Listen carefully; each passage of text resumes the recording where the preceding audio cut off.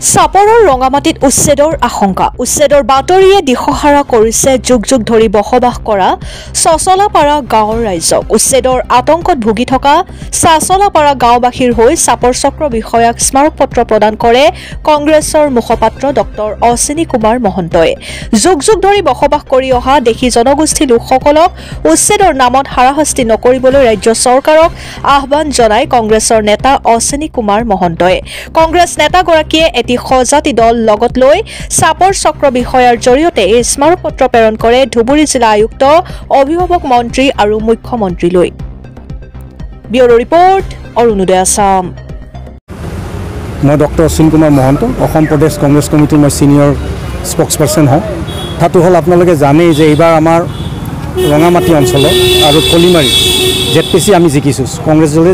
জয়ী হৈ আহিছে আৰু ৰাইজে বিপুল সংখ্যক ভোটদান প্ৰদান কৰিছে এতিয়া ভোটৰ পিছদিনাখন মানে 11 তাৰিখে ৰিজাল্ট 13 তাৰিখে আমাৰ ডিসি মহোদয় লগতে সাৰ্কেল অফিচাৰে তেওঁলোকে এটা ভিজিট কৰিছিল সস্তাপাৰা কাৰণ আমাৰ পঞ্চায়ত ৰঙামাটি পঞ্চায়তৰ সস্তাপাৰাৰ অন্তৰ্গত হয় এতিয়া কথাটো হল ৰাইজে বিপুল সংখ্যক কংগ্ৰেছ দলক ভোট দিছে এতিয়া তাতে গৈ পেলাই যদি তেওঁলোকৰ মাটিখিনি অধিগ্ৰহণ কৰা বা ইভেকশ্যন কৰাৰ কাৰণে যদি প্ৰস্তুতি ল'ব খুজিছে এইটো এটা ডাঙৰ আমাৰ কাৰণে বিপদজনক কথা আপোনালোকে জানে যে এই অঞ্চলৰ মানুহখিনি কোনো বাহিৰা বা বেলেগ দেশৰ পৰা অহা মানুহ নহয় আমাৰ দেশী জনগোষ্ঠীৰ খিলঞ্জীয়া অসমীয়া আৰু তেওঁলোক এটা জিপিৰ পৰাই আহিছে বিভিন্ন কাৰণত নেচাৰেল কেলামিটি বা বানপানী বা গৰাখহনীয়া এইবিলাকৰ কবলত পৰাৰ কাৰণে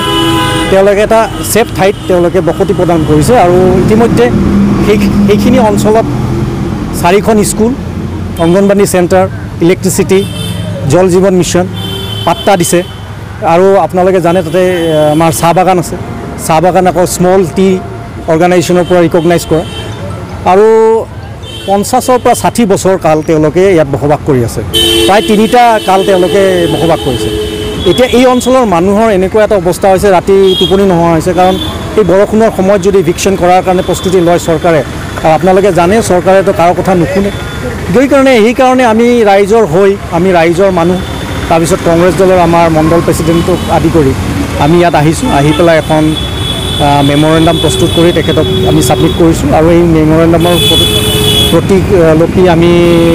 ইনচাৰ্জ মিনিষ্টাৰ লগতে ৰাজহ বিভাগৰ মিনিষ্টাৰ আৰু আমাৰ অনাৰেবল চিফ মিনিষ্টাৰ তাতো পঠিয়াইছোঁ গতিকে আমি আশা কৰিছোঁ আমাৰ চাৰ্কেল অফিচাৰে ইয়াৰ উচিত ব্যৱস্থা ল'ব আৰু তেওঁ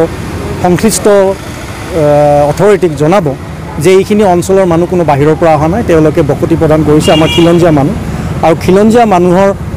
ঘৰ মাটি ভেটি যদি অধিগ্ৰহণ কৰা বা তেনেকুৱা ধৰণৰ ৰিভিকশ্যন আহে তেনেহ'লে আমি সকলোৱে কষ্ট পাম অসমীয়া জাতিয়ে কষ্ট পাব গতিকে এইখিনি লৈয়ে আমি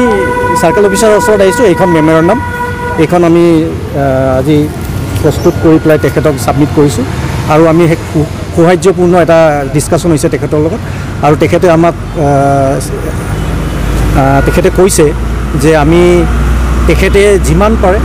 চৰকাৰক বুজাব মানুহখিনি তেখেতে জেনুইন বুলি কৈছে আৰু কোনো বাহিৰৰ পৰা অহা মানুহ নহয় গতিকে তেখেতৰ মতে তেখেতে কৈছে এতিয়া অফিচাৰক যেনেকৈ তেওঁ বুজাব লাগে তেওঁ বুজাব বুলি কৈছে আৰু মিটিং হ'ব মিটিঙত আমাৰ MP মহোদয় আমাৰ MLA মহোদয়সকল আহিব লাগিব আৰু তেওঁলোকে এই মিটিংখনত নিজৰ দাঙি ধৰিব কথাখিনি আৰু দাঙি ধৰিলে নিশ্চয় আমাৰ মানুহখিনি উপকৃত হ'ব বুলি আমি আশা কৰোঁ পঞ্চায়ত ভোটত কংগ্ৰেছক ভোট দিয়াৰ বাবেই এই ক্ষেত্ৰত নহয় সেইটোৱে লাগে কাৰণ কি ভোটৰ ৰিজাল্টৰ পিছদিনাখনে যদি আহে তেনেহ'লে তেনেকৈ আমি ভাবিব লাগিব যদিও আমি তেনেকৈ ভবা নাই চৰকাৰৰ কিবা ভুল হ'বও পাৰে কোনোবাই ভুল ইনফৰমেশ্যন দিব পাৰে জানে আপোনালোকে ইয়াতে বিভিন্ন ধৰণৰ ইনফৰমেশ্যন প্ৰকাশ কৰে মানুহে গতিকে আমি নাভাবোঁ যে চৰকাৰে এনেকৈ ধৰণেই ভাবিছে আৰু যদি ভাবিছে তেনেহ'লে এইটো খুব ভুল কৰা হ'ব